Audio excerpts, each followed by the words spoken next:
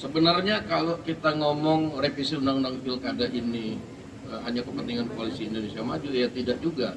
Karena kalau yang pertama fokus kita adalah bagaimana tatanan yang sudah kita atur di kabupaten kota itu kemudian karena keputusan MK ini juga bisa menjadi berubah. Nah itu tidak dialami hanya nanti oleh koalisi Indonesia Maju, tapi yang tidak masuk koalisi juga nanti bisa dilihat bahwa sedikit banyak tatanan di pilkada-pilkada itu akan berubah karena partai yang tadinya berkoalisi dengan ini karena dia nggak cukup, karena putusan MK, ya dia bisa mencalonkan, dia berpikir, saya majuin calon saya, kan begitu. Nah ini karena waktunya yang sempit yang kami pikirkan, tatanan yang sudah dikelola oleh masing-masing partai ini kemudian bisa menjadi tergantung. Nah, itu aja. Nanti bisa dilihat nanti kawan-kawan mungkin pada saat nanti mau pendaftaran bisa dilihat nanti betapa nanti di daerah-daerah itu ada koalisi-koalisi yang tadinya sudah terbentuk, akhirnya kemudian karena syarat ini kemudian ya akhirnya mungkin kesepakatan itu nggak bisa dijalankan, jadi mereka ada yang ngusung masing-masing. Nah ini yang kita kemudian simulasikan.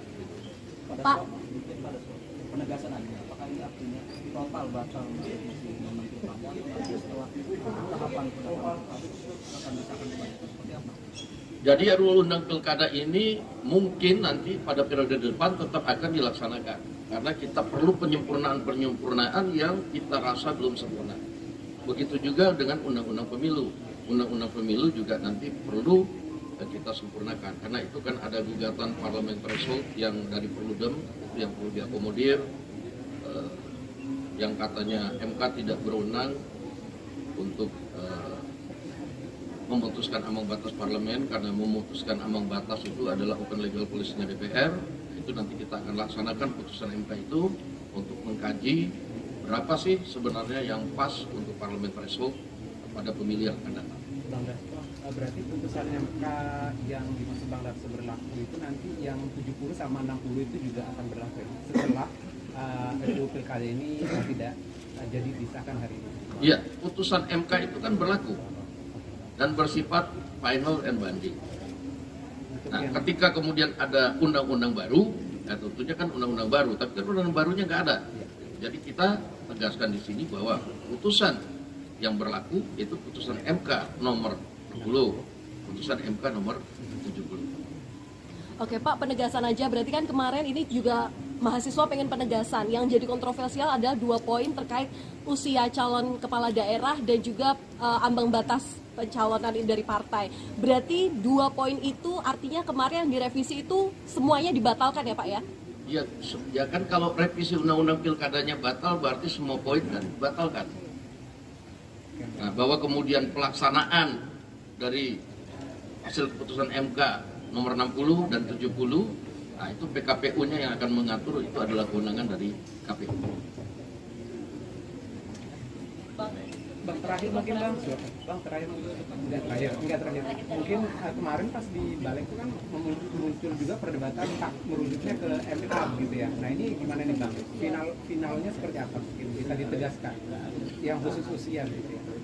Apa dikembalikan ke pembahasan PKPU yang di hari Senin akan dilakukan? Jadi begini, itu kan masing-masing rezimnya MA dan MK kan itu berbeda. Kewenangan MK melakukan judicial review pada tatanan yang berbeda dengan MK. Nah, nanti kita akan lihat bahwa putusannya MA seperti apa, putusannya MK seperti apa. Karena masing-masing itu kalau saya lihat, ya MK pun bersependapat bahwa MK kemudian tidak bisa menganulir hasil judicial review dari MA. Nah, itu tinggal bagaimana menerjemahkannya nanti. Ya kita akan minta KPU yang kemudian menuangkan dalam PKPU setelah berkonsultasi dengan Komisi 2 DPR. Pak Dasko izin, jadi dugaan tentang adanya diam-diam akan terjadi revisi itu terbantahkan dengan adanya pernyataan Pak Dasko. Ya saya juga bingung, kita nggak pernah diam-diam. Di balik itu kemarin itu terbuka, live.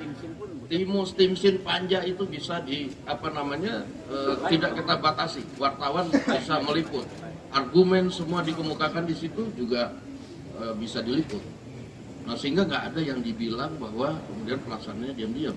Kalau diam-diam tentunya nggak dilakukan DPR lah. Oke?